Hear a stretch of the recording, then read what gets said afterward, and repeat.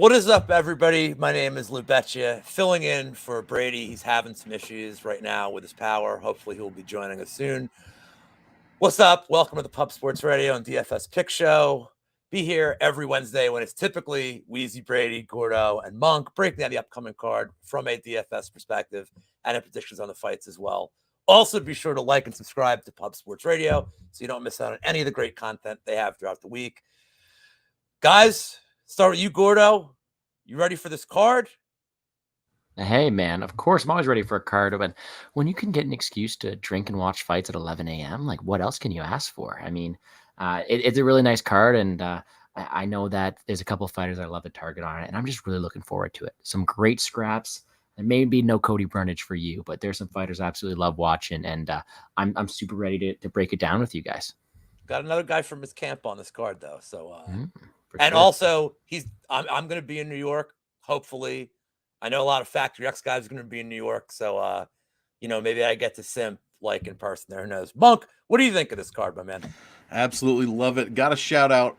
Happy birthday to MF Doom, RIP. It's MF Doom Day right here, so you got to remember that. I love the card, absolutely. Some great fights, like Gordo said. Great main event. A decent co-main event, but some really good fights on the lower card. Really looking forward to like Burgos. Looking forward to surprisingly the Salikhov fight. I want to see what happens there as well. So some good spots here to get in on. Definitely some interesting fights. Before we get started, let me just shout out the chat. We got Headley one in here early. I did see this message before I came on. I will just quote that. I will tell you that I have an inside source who shall remain nameless who says there is, in fact, nothing wrong with us and Jacoby. So I'm not sure why this line has moved. We got Mike Nelson. We got Brady, who doesn't have the power to get on, but definitely had the power to stop in. We got my guy Boston Nick. We got Mauler, and we got Nathan. Guys, let's get right to it with what's your favorite fight to target on the card? Gordo, why don't you start us off? Oh, what an honor. All right, let's get her started. For me, I'm liking the Schnell Mudaerji fight, and let me tell you why. I mean, both these guys have been finished multiple times. Matt Schnell's been finished in the first or second round 6 times, and I do think that the striking path to victory is definitely there for Mudaerji. Great striking ability, great technical ability, and I do think he has the ability to put Schnell's lights out. On the other hand, though, how does Mudaerji lose fights? How does he add up to those 4 losses? I mean, they're by submission. They're a guy who's been caught in some multiple times. And if you're going to be submitted by anybody, I mean, Matt Schnell is really dangerous. I mean, I don't think he's getting the same credit he's due because of everyone's focusing on the striking tendencies and capabilities of Mudaerji. But I do think Matt Schnell's live. I think he's got a great ability to win minutes on the ground and really lock up a submission. And I do see this fight finishing one way or the other. For that reason, I do think that Mudaerji is going to be the pick at 9.1K. However, the dog is live in Matt Schnell. I mean, his nickname's Danger, and he's going to bring it this weekend. He is dangerous indeed. Monk, what is your fight to target on this card? I'm going to give you the main event, but not for the reasons you might think. Ortega 8,500, Yair Rodriguez 7,700. Both guys score not well. 2.5 points a minute, 2.81 points a minute, 85 when they win, both of them. That's it. However, their defense is made of the same stuff as Swiss cheese, which is mostly holes. 3.58 points a minute allowed for Ortega. Yair gives up 138 in his 2 losses. Brian Ortega, in his 2 losses, has given up 150 points on average, guys. So these guys are just giving out points left and right. I know they've both fought Max Holloway, but Volkanovski put up, 135 against Ortega, and Frankie Edgar back in 2017 put up, a shitload of points against Yair Rodriguez, like 130. Technical term. Yeah, exactly. That is very technical. So I just think one of these guys is going down. One of them is getting finished, whether it's, Ortega by, freak KO or Rodriguez by freak KO or Ortega by sub. I think the winner here is going to score a ton of points just because of their defense is so bad. So I'll be targeting this one for the defensive opportunities here for sure. It's a good look at that fight, and also a 5-rounder. Obviously, I know everybody likes to target that. I'm with my guy Gordo here. I went with Mudaerji and Matt Schnell.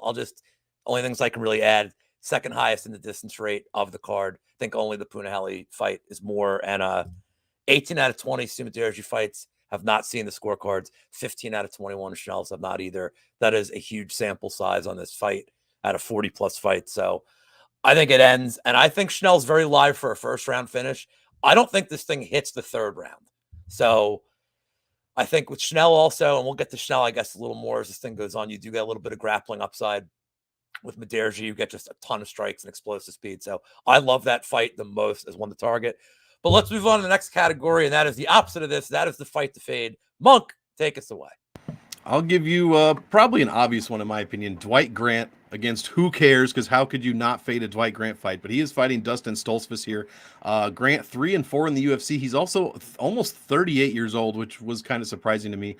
He's coming in 471 over his average salary at 8,900, and you're getting 2 points a minute and less than 70 points per win. Dustin Stoltzfus 0-3 in the UFC, so he has no win average. 2.89 points a minute, not great.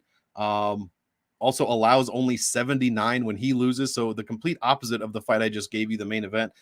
This one, more like a nice, solid, sharp cheddar, no holes in the defense for a ton of points to come through, it seems like.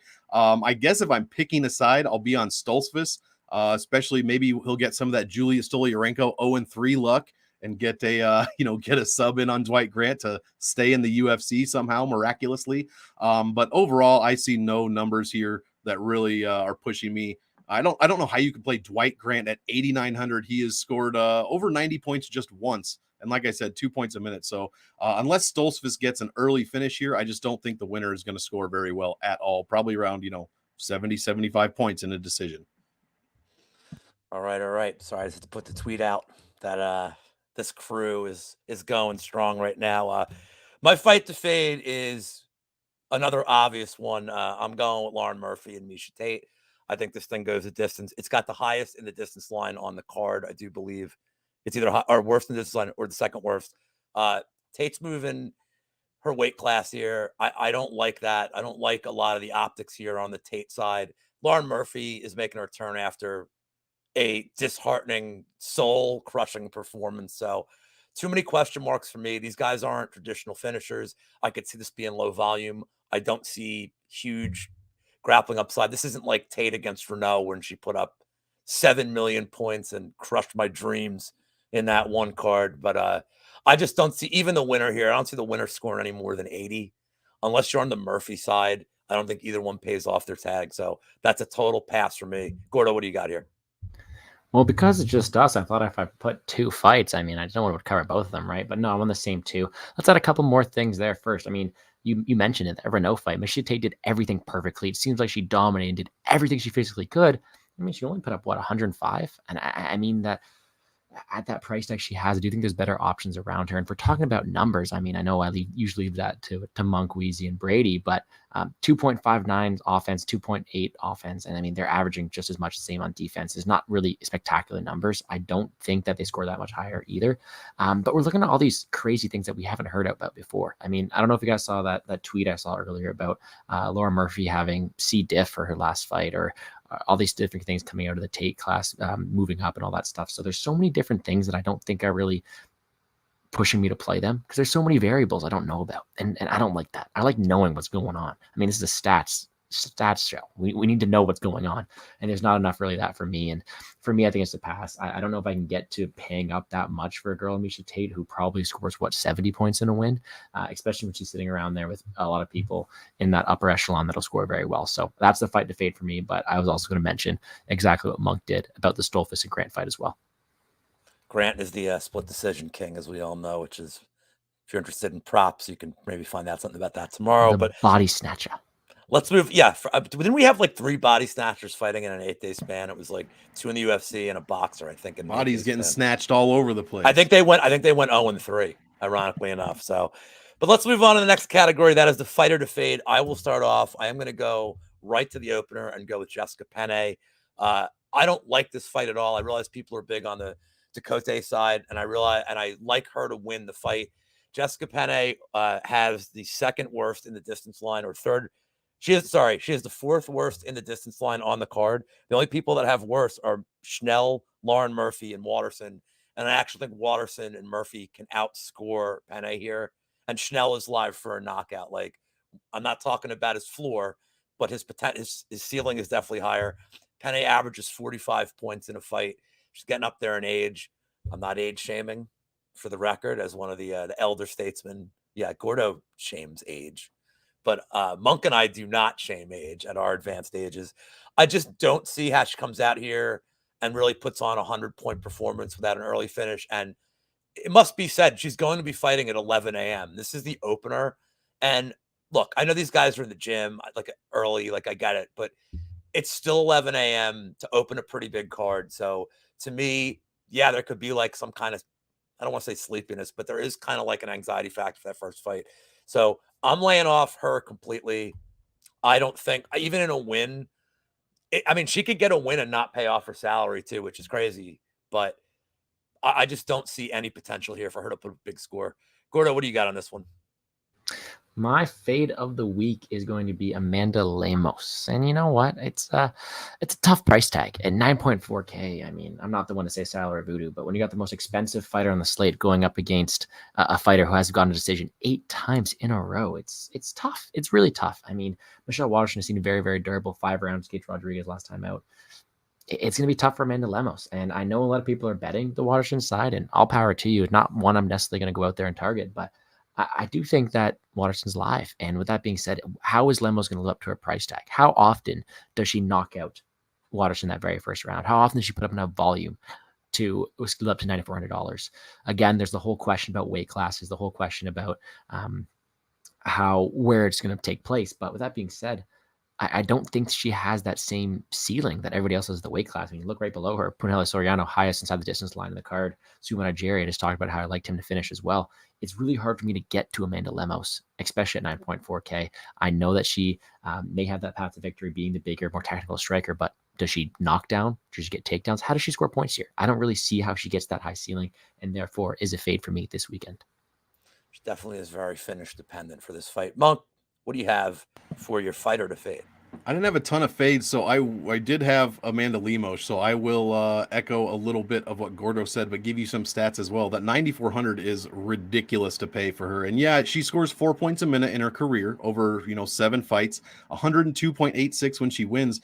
But as the opponents get more and more difficult, guys, she scored 67 against Angela Hill in a split decision where she was $9,500. So we've been down this road before. She put up, 123 against Lavinia Souza, 128 almost against Conejo Ruiz. But after that, it's Angela Hill, 67, and then 2 points against Jessica Andrade, where she got, I'm not a fighter, and I would get the same thing would happen to me, but she got embarrassingly finished by Andrade there. So there's no, I mean, like Gordo said, what is she going to do to Waterson? I do think Lemos has a good chance to win this fight, but I think it's going to be scrappy. I think it's probably going to go the distance. And I agree with Gordo. I don't think there's any way she pays off her extreme price tag of $9,400. I will be looking to fade her completely in GPPs for the most part. She's $1,200 over her average salary, and she's fighting probably the most, maybe besides Andrade, the most difficult opponent of her UFC career. So yeah, definitely besides Andrade, but yeah, I just don't see. I mean, unless Waterson comes out here and just completely, craps the bed, I don't really see how Lemos pays off that salary. So I'll be big fading the 9,400 Lemos here this week. All right. 2 on Lemos. We'll move on to the 4th category, which is favorite dog. Gordo, start us off with what your favorite dog is for this card. Well, I faded Walmart Shevchenko, and I'm going to pick Walmart Burns this week. And Herbert Burns is one of my favorite dogs, and purely just due to upside. I think he's getting a decent matchup here in Bill Algeo, and Algeo's a guy who I've tried to fade in the past, and it maybe hasn't worked the best. It's worked before, maybe not the best, but Algeo's a guy who gets taken down all the time, gets off his back, and I do think that he's getting a really tough stylistic matchup in Herbert Burns. I know Herbert Burns has been off in a while, but he does have that incredible ground game, that incredible prowess to be able to snatch up next, and if Algeo's going to offer him the same way he tends to, of course, Burns is going to go out there and snatch him up. Let's pull up some stats here for you. But all I know is that he has put up over 110 points before, over 95 in his second win as well. And I do think he has the ability to go out there and sub Algeo. Of course, there's a question marks about his cardio, and on the feet, is he going to win the striking exchange? Not that much. But when you're getting a guy at 7.5K with such upside, such finish ability, such takedown upside, I do think he's a guy I'm really going to want to go target this weekend. I'm liking him, and I know Lou tweeted something about Bill Algeo, but he's not Cody Brundage for you. I'm on the Herbert train, and I hope he does well for us as a dog. I do have a funny connection to Algeo, but only because these guys in chat asked. I'll do it for them. Well, it's the big show. They must have heard about all my wrestling imitations because Monk stranded me last week. I did. I had to fill time with some nonsense. But Monk, who is your favorite dog on this card? I'm going to Dalcha Lungiambula simply because I have no idea how to play Punahele Soriano. I have no clue. This guy killed it in his first 2 fights. And I'm like, oh yeah, he's going to smash Brendan Allen because Brendan Allen's not that good. And then he gets taken down and just, not dismantled, but beaten easily by Brendan Allen. And then Nick Maximov, I was like, oh, Nick Maximov's not going to do shit against this guy. Puna's going to kill him with 1 shot. And then he got absolutely destroyed, taken down 11 times. So I throw the papers up in the air on this one. I'm picking Dalcha simply because he has the takedown and control time history to do the same exact thing to Punahele Soriano. 0.73 points per minute in takedowns and 0.56 points per minute in control time. Meanwhile, Punahele is allowing 1.87 points, 187. So he's going to get murdered out here, allowing that many points in the ground game. That's the only angle I'm looking at it from, just because, like I said, I have no idea how to handle Punahele Soriano here unless he is focused on his takedown defense for the, when did he fight last? February. So if he spent 5 months focusing on his takedown defense and I could know that, maybe I could back him at 9,200 because his offensive Draftkings stats are there for sure. But like I said, that's only 2 fights worth. So I'm going to be on the Dalcha side if he can avoid getting clipped. He's only been knocked out or TKO'd once in the UFC. He better wrestle. That's all I got to say. He better show some good fight IQ and just come out here shooting takedowns. And that's the obvious path to beating Soriano. So I'll be on Dalcha at $7,000. You get the takedown upside. So 5 points a shot, get some control time, and just ride this out for a 3-round win. Give me, 90 points at $7,000. That would be solid. So I'm going with Dalcha here. Dalcha, of course, coming off a loss to the greatest fighter on the roster and friend of the MMA engine. That's the other reason. Tough competition. So the two of you are you're just gonna give me Ricky Simón just like that. Okay, I'm gonna take Ricky Simón. Super close fight. I think even in a loss, his ceiling is very high. His grappling upside is known. Guy averages 90 points a fight. I also think he's gonna win by an upset here. I mean, this guy could put up 130 points in a win easily. But even in a loss, I mean, this is going to go the distance. I know what the implied odds are, but let's be honest, 9 out of 10 times this fight will go the distance. Even in a loss, he's going to put up 60, 70 points. I think he's good for cash. I think he's great for GPPs, but he is my favorite dog by far on this card. I think the line's slightly mispriced, but especially in DraftKings for what you get from his grappling upside. Gordo does not agree, but Gordo, what's your comment on that? Shore is one of my guys, and fair enough. I'm simping, man. I'm simping. But do you think? Well, what are the odds of a finish? I mean, Shore is not a traditional. Do you think this hits the scorecards 9 out of 10 times? I mean, I do. I do think the more finish equity is going to be on that Shore side. However, how often does it happen? Not that much, and that's why I'm not talking about Jack Shore. Is despite how much I like the guy and how much I'm cheering for him, his ceiling's not that great, especially against a guy in Ricky Simón who's going to put on a pace and force you to wrestle. But I get the shot in the dog. But you know what? It's the same thing. I mean, Ricky Simón has a path to victory, but I'm not gonna let you have it. I'm gonna really shake my head. I'm gonna. I do think it's 7,800. I love what I'm getting here from Shore, from Simón. But I understand that. Just hey, man, I had to go a little different than you guys. But we'll move on to the next category. Your favorite GPP play, Monk. Start us off. Yeah, I'm taking the queen off the board, baby. Shane Burgos, I think, has the best chance of making the optimal here this week. $9,000 is a money salary to play. Check out the salary voodoo video on MMA Engine, and that will explain a little bit more. He scores 4.19 points a minute, over 100 when he wins. He's got an average value of like 9.5. Let's see, 5 of 7 of his UFC wins, over 94 of them, over 110. What is there to not like about Shane Burgos? This is going to be an absolute banger of a fight. I'll be heavy on both sides probably, but I do like Shane Burgos to win, get that finish over Jourdain and score a bunch of points, man. Let's see, the Billy Quarantillo fight, even if he wins by decision, he put up 119 in that unanimous decision win. He scored 114 against Makwan and 86 way back against Cub Swanson, which was on an $8,800 salary. So he's almost 10xing his wins across the board.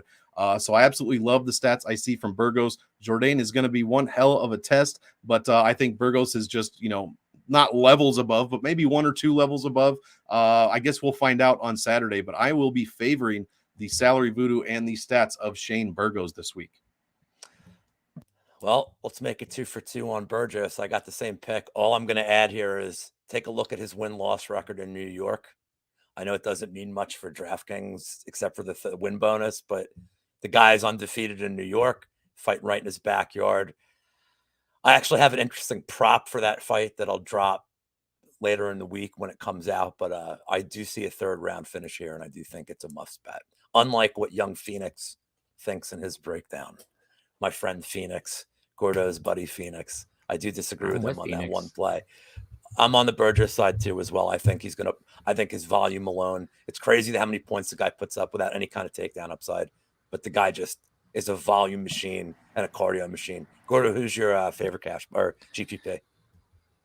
You know what? We'll talk about this guy later, but one more thing on that Burgos thing is I don't know about you, Monk, but I know Lou's gonna be in New York later, and Jourdain's a Canadian guy. This seems like a little bit of a territory bias, and I don't know what's going on. So I am closer to Canada than I am to New York, but hey, USA, is this where we start the USA chant? I don't know. Is this? Are we going youth versus experience, Gordo? You know what, man? I'll just continue the rest of the show in French for my boy Charles Jourdain. Yes! We can just go on and say my favorite, GPP play is going to be, you know what? I was just against Monk for Burgos. I'm going to go against Monk one more time, which I never like to do, but I'm taking Punahele Soriano. Let's talk about this, Monk, man. I like Punahele Soriano, and I like his finishing upside. I mean, we're looking GPP. We're looking at guys who are able to finish here, and I'm hoping a lot of people see the same way you do, and I hope that takes away from the ownership of Punahele Soriano. This fight is the most likely to end inside the distance, and there's one thing that Puna does have, that is power. Dalcha, although people are saying he's go out there and be some D1 wrestler and grappler, I do think he has the ability to shoot a few takedowns. He's not Nick Maximoff. I don't think he's going to go out there and chain wrestle the same way or put on that same pace that he did to Punahele. And I do think that Punahele Soriano has a good enough background in both judo and wrestling to go out there and stifle a few of them for a bit and hang out and be able to win the minutes on the feet. Sure, Dalcha's terrifying. I mean, I'm absolutely terrifying. But I think that if we're looking at who's going to be the better fighter on the feet, who's going to have the more finishing upside, who's going to have the ability to go out there and put up 110 points, I'm liking Punahele Soriano. He got power. I think he's going to winning the striking exchanges, and it's up to him to keep it on the feet for as long as they can. Dalcha's gas tank has seemed to be a bit questionable as well. And I know Punahele's isn't great, but this is one where I do think GPP-wise, the upside's there for Punahele. I just hope he goes out there and can achieve it. All right. Well, we are moving on to the next category. That's favorite cash play. I will start off. I really struggled with this one. I think this is a very difficult one this week. I'm going with Deun Jung as my favorite cash play, and for 2 reasons. Number one, because the line is flipped. You're now getting that really nice salary value with a favorite. I always try to look for spots like that when I make lineups. The other one is Jacoby's not a huge finisher. And I mean, even if Jacoby gets a decision here, I think Deun Jung's floor is pretty safe. He's the only guy that's going to go for takedowns in this fight. So his floor is safe. His ceiling is over 100. So for me, I think he's a pretty safe play one way or the other. I don't see him getting an early knockout. It's not that he doesn't have that power to do it, but give me Deun Jung and cash, but tricky play for me. Gordo, what do you got for this one? I just get called Corey Matthews. What's up, Big Show? How you doing? Anyways, for me, favorite cash play, like you said, I completely struggled with this one as well, but I'm going Brian Ortega, and that is going to be my cash play for me purely because of how durable this guy is. I mean, this guy's never put up below 50 points. I mean, that's what you're looking for cash plays. The guy's going to go out there and get you points guaranteed. Then we look at his upside. I mean, we can talk about his floor all you want. He's a tough guy, but his upside is definitely through the roof. I know Yair's never been subbed before, but you got to think that's one of the major win conditions for Brian Ortega. He's unlike any other when it comes to submission offense in the division. And I know the struggles has been with him getting it to the ground and that wrestling ability, but Max took down Rodríguez, and I think Brian can as well. I think that the upside is through the roof through Brian. And then you're looking at a cash play, a guy who's going to go out there and give you at least a certain amount of points. And I think that he's durable enough to stay in this fight to the later rounds and score a decently high floor in the first place. Brian Ortega is a guy I think I'm going to be playing a lot of my cash lineups because I like him to win the first place, and even a loss, I think he throws up a decent amount of points. All right. Yeah, I think he does have a pretty safe floor there. Monk, what do you got for your favorite cash play here? Yeah, I agree. This one was tough. I definitely had Brian Ortega at the top of the list, so that is a good call there. I'll give you something I'm a little less confident in, but still relatively. Muslim Salikhov over Jingliang, Li Jingliang, $8,600. So you're not paying up a ton for him. In fact, he's a whole $17 under his average salary. Doesn't score too well, but his defense is fantastic. He has the best defensive pace on the card, allowing just 1.4 points in per minute. Let's see here. He has some decent takedown, a decent, takedown rate, 0.37 points a minute, but that's not really his game. This guy has got power in his hands. I'm absolutely loving the Salikhov side here. He's got, the 16th best power index in the welterweight division, according to my stats. 3 knockdowns in 6 UFC fights. He is 5-0 in his last 5 with, wins over, let's see, Trinaldo, Zaleski dos Santos, and then it gets a little worse from there. Those are some good ones. Li Jingliang obviously losing to Hamzat and Neil Magny in 2 of his last 3. Got a very impressive win, in my opinion, over Santiago Ponzinibbio. I just think Muslim is going to be a little bit more difficult to finish. He's only been finished twice in his pro career, once in the UFC, and that was by submission. Li Jingliang does have subs in his pro career, but none in the UFC. So I'm thinking this one is a stand-up and bang fight, and I'm just liking what I see from Muslim a little bit more than Li Jingliang. So I'll be looking to roster him a bit in my cash lineups as well this week. All right. We'll move on to the value play of the day. Gordo, you start us off. Who is your value play of the day? I'm taking Canada himself. Charles Jourdain is my value play of the day, and I know Shane Burgos is in New York. He's gonna go out there and he's gonna be a fan favorite, and he has a great ceiling. You can't deny that. I mean, Charles Jourdain does get hit a lot, and Shane Burgos does hit a lot. It's a great combination. But if we're looking at value, I mean, I do think Charles Jourdain is able to keep it close enough to live up to that $7,200 price tag, and I do think he's able to withstand to the later rounds at least to put up a decent floor. So if things get hairy too, I think the grappling upside's there. I don't know if I'm simping for my Canadian boy, but I don't think that the differences in the striking exchange is going to be that wide. I think that Shane Burgos, despite him being super tough, I mean, we found out he's super tough because he gets hit so much. And I think that leaving him to be hit so much, Charles Jourdain is going to keep up with him in the striking, at least for the first couple of rounds, and put up a very good score. And I just think he goes out there and lives past his $7,200 price tag and is a decent dog this week. That is fair enough. Monk, who is your value play? Well, please don't give me the death stare, man, but I'm going with Herbert Burns on the value play, $7,500. Hey, I like Bill Algeo. I'm a fan. In fact, I loved his last fight. We might have cashed some tickets on that last one, and some Draftkings tickets as well. You liked his last tweet too. Well, that too, of course. But Herbert Burns, 7,500. I mean, this guy has one of the best scoring upsides on the card, and that's only how I'm looking at this one. 4.25 points a minute, 104 when he wins. I know it's only 2 UFC wins, but he's also coming in $1,100 under his average salary. So, I mean, if that's not value right there, I don't know what to call value. Both of his wins over 90, one of them over 110. He's got that huge submission upside. Algeo's takedown defense, 53.6%. So I'm not saying that's definitely, going to happen, but it is the path there. Let's see. Yeah, got sub over Evan Dunham in the first round, and then the KO over Nate Landwehr. Did not look great against Daniel Pineda in his last one, but maybe he can turn it around if he does get the win here. I'm not saying he's going to, but if he does, it's probably going to be, second round submission, maybe later submission, possibly scoring a bunch of points there. And at 7,500, all he needs to 10x to 11x is like 85, 88, 90 points. And that would be pretty big, on my opinion, in this card where I don't know what the scoring is going to be like, but last week we had a bit, 2 guys made the optimal lineup under 100 points, which has not been happening this summer at all. So maybe we'll see that again with Herbert Burns get a little 90-point win if that's the way it goes. And at 7,500, I think there is some decent value on the Burns side here. All right. I am going to echo what Gordo said and go with Charles Jourdain as the value play.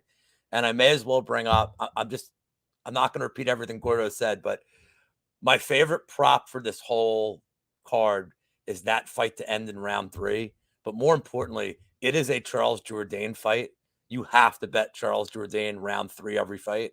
Just letting you know, it's sitting up there at FanDuel. Charles Jourdain KO plus 2,500 odds. probably my favorite little flyer bet in the third round, because Jourdain comes out in the third round. And by the way, if you look at his stats, the one knockout he didn't get was Ewell, and he was on the verge. 5 more seconds, and he has that one in the third round too. I think Jourdain. Look, we don't even know. He may even go to the grappling here. It is possible. I realize he's a submission machine now after his last win, but he could take it to the ground. That does give him a little more upside. Dude's tough as nails. I think Burgos is the side because of the reach, but Jourdain in the third is a whole different fighter, and the guy is a maniac. And we have seen Burgos knocked out in the third round very recently. He's actually been finished in the third round twice. So could Jourdain get, a finish for Jourdain in the third pays off his salary big time. He's not finish dependent, but a finish pays off his salary every single time. So give me Jourdain as the value play. Gordo, I hope. Are we establishing U.S.-Canada relationships right now? Are we thawing the bridge? For sure. We'll talk about sure. who owns, we'll talk about who owns you know Niagara what? Falls, after this. For sure. I'll send you some poutine. All right. We're back. No, come on, man. What do you mean? No, I'll take that. You send it. You send all a jersey, the man. over here. There you go. Send me a hockey jersey. That's all I want. Like, come on. Who waves off poutine? I got some for you. What is happening? Send Monk poutine. We do a show together. I need a shirt that says that. Send it to the happy hour. Send it to the happy hour PO box, and then he'll get that. So, all right, we're gonna move on to the dart play. Monk, start us off with who your dart throw is. I don't know why I think you're just gonna take what I'm gonna say, but go ahead.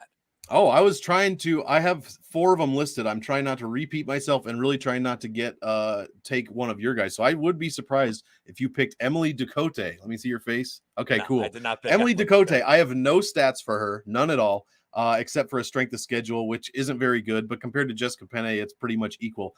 This is more of a fade to Penne here. Almost 40 years old, guys. She has made the optimal in her last 2 fights, but one was against Kovalkiewicz, who apparently had not rediscovered her fire yet before that last fight. And then the other was to Lupita Godinez, where she scored just 69 points in a split decision. Penne has been KO'd before. And if I love rewatching, especially WMMA leg kick finishes or kick finishes. I love watching Gordo's face as I say which one I'm going to talk about. Emily Ducote, go back 2 fights. I believe it was Danielle Taylor. She absolutely knocks her out on the feet, and then she just is standing there wobbling and eats the biggest head kick I've ever seen, pretty much.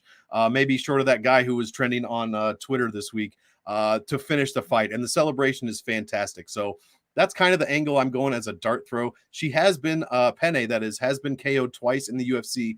One was to champion, Joanna Jędrzejczyk, and the other was Jessica Andrade. So, those aren't exactly nobodies by any means, but it has happened before, and we've come about 3 years, 5-6 years since then. So the chin only gets worse over time. So I'm thinking Emily Ducote, Jessica Penne might leave the door open here for a, maybe she'll shoot in for one of the 50 takedowns I'm sure she's going to attempt and just eat a knee or a leg kick, and that will be lights out. Emily Ducote, I'll give you for a dart throw this week. Nice. Just to echo what Big Show's stating in the chat, we got 55 people live right now. Smash that like button. Smash it. Help this channel out. Get them to Atlantic City for the next Pub-a-Palooza so that I can go. Yeah. It's like an hour and a half from my house, so that's an easy trip for me. And I'm going to go with my guy Justin says. My dart throw is Matt Schnell. He's $7,100, and his ceiling is insane. If he gets a finish, it's going to be in the first round. Everybody, could he come out and fight a more tentative fight? I guess. Has he shown us that he wants to do that? Nope. And his nickname is Danger. So what are we going to call him? Like Caution? If he doesn't, no. Cuidado. Come out. He kind of knows one speed. And look, the problem is his floor is like 1. He could put up 1 point. But if he comes out there and gets a first round finish, and he's going to be the one with the takedown upside in this fight, like we talked about for the fight to target. Could he get a takedown and a submission in the first round? Yeah. It's not out of the question that he could do that. He's looking at like 110 or 120 points if that scenario happens, some ground strikes. I really think Schnell is a crazy, sneaky value play. I think that fight in general is going to swing a lot of lineups. Like that's the slate breaker, as Big Marley would say, if Schnell comes through. But I think it's 7,100 as a dart throw. on a card like this, where I think maybe half the fights are finishes, and this one is just the guaranteed finish, why not be on the Schnell side, have some exposure to that? So we have covered all 8 categories. I'm going to tell people in chat, if you guys have any questions for this card, please leave them in. But it's time for us to do our quick picks and our lineups. Whoa. What'd I miss? I get a dart throw? Shoot. What is going on? You ruined all those Canadian-U.S. relations. You just threw them out the back freaking at window, war, man. Gordo. I'm sorry, man. Gordo, hey, I just found out I was hosting 15 minutes for the show. Sorry, Gordo. You're doing great. Who is your great? And you know what? I hope you're right with that whole Schnell Mudaerji. I hope you're right with that whole Schnell Mudaerji thing, because I mean, I just probably gonna lose now because I'm gonna announce it live. I play for that MMA Lock of the Night challenge is that under. So hopefully it comes through. It's out there. All right, let's talk about my dart throw. And I think that I am give Monk poutine for this because he's going to hate me for saying this, but Dwight Grant, he's going to be my dart throw this week. And let me tell you why. I mean, if we've been doing this show for a bit, Monk, I think you know that I want those low owned plays. I want those contrarian plays. I want those guys who are going to go in there with under 10% ownership. I can't see Grant attracting much ownership. And then we look at his win condition. I know he's the split decision king, but I think he got power in his hand. Stolz was going to be hit before. And I do think that it's not out of the see him go out there and put his lights out. I mean, the guy's got power. He's a body snatcher. Come on. Not one of me playing a lot of my lineups, but I think as a dart throw, he's going to go out there and be very contrarian with a decent upside. And I know Monk doesn't like to hear that. And I'd never like to go against Monk, but I do think that Dwight Grant has a decent ceiling here. And I think that with the ownership he has, maybe it's worth a shot in one of your lineup. It's crazy that a guy with that much power has that many split decisions. It's just such an odd,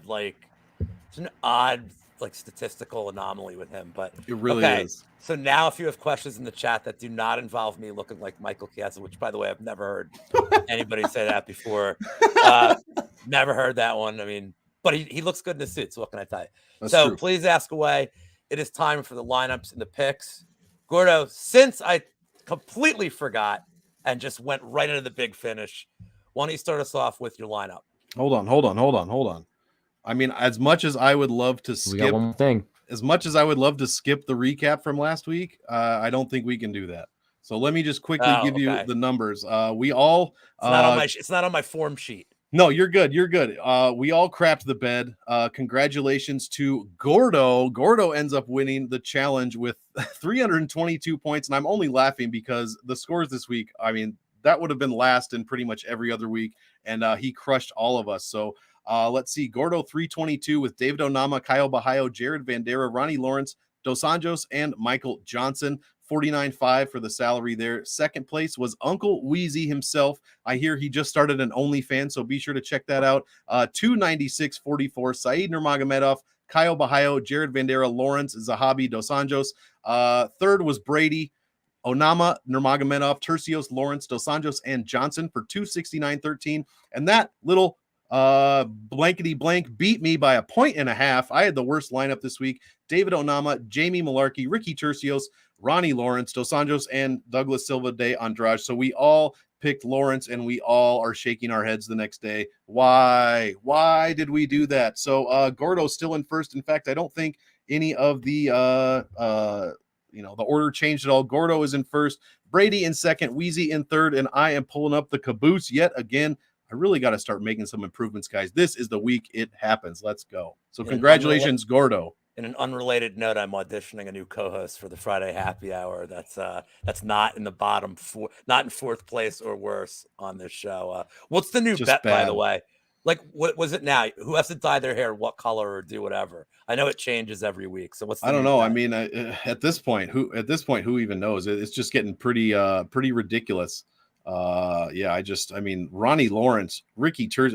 Just bed shitter after bed shitter this week for everybody.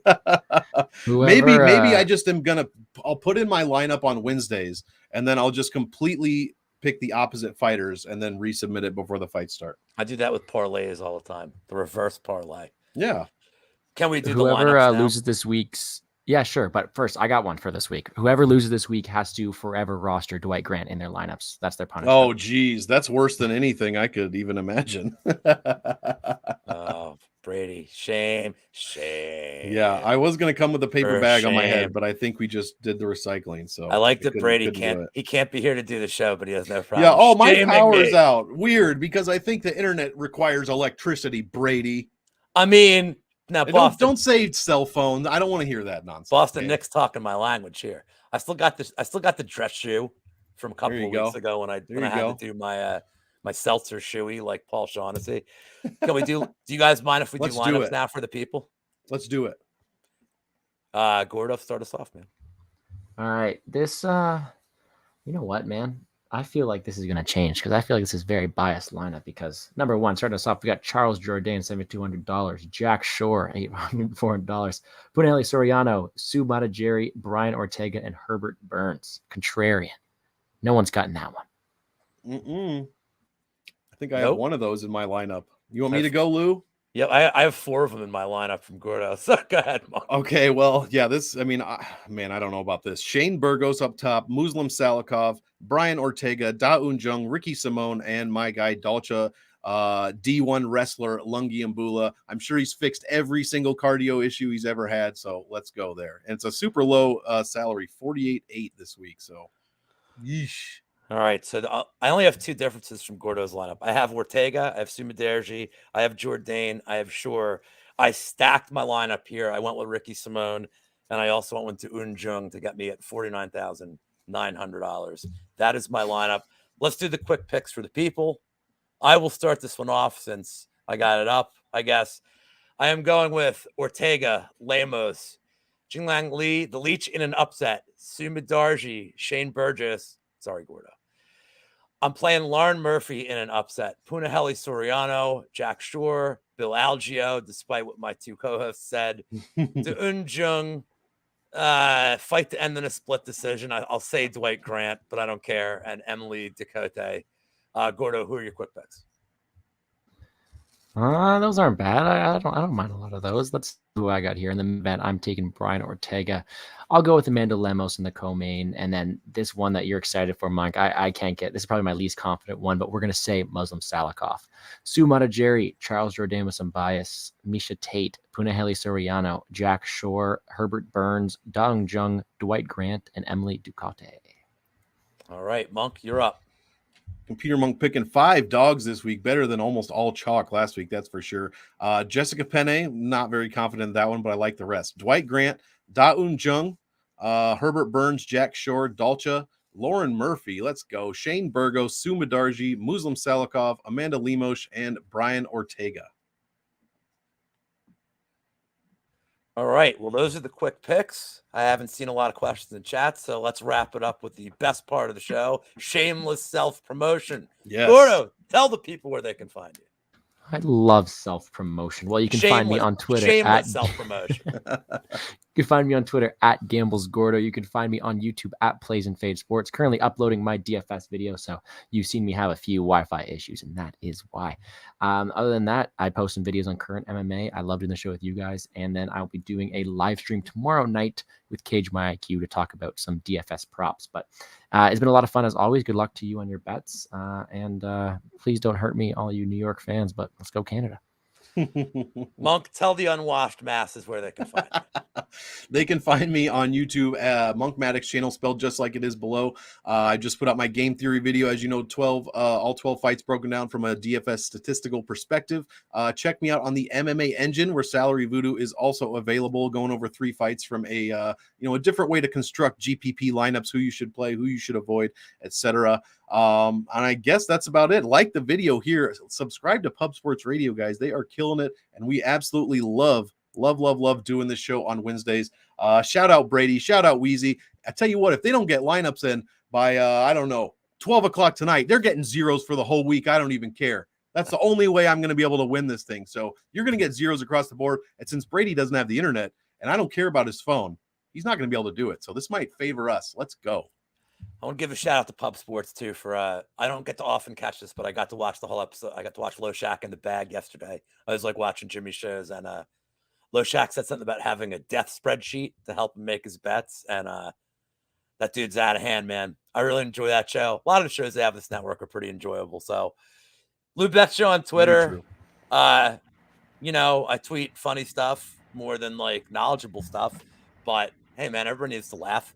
And MMA Engine Fridays, I do the happy hour with Monk. I'm doing a show with Billy Briz now on Saturdays on our channel. Unfortunately, these next 2 weeks, because the card's so early, we are not going to be doing the show unless Billy wants to get up at like 8 in the morning and do it, but I don't. So we'll probably be resuming that in 3 weeks.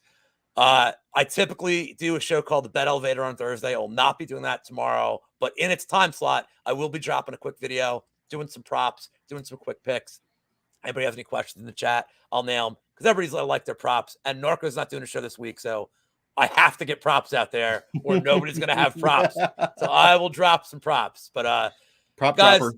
still 50 of you here. Thank you so much. Just remember to hit that like button, hit subscribe to Pub Sports Radio.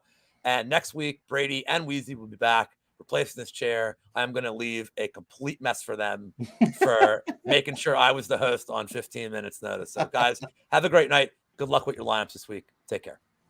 Shout out to Lou.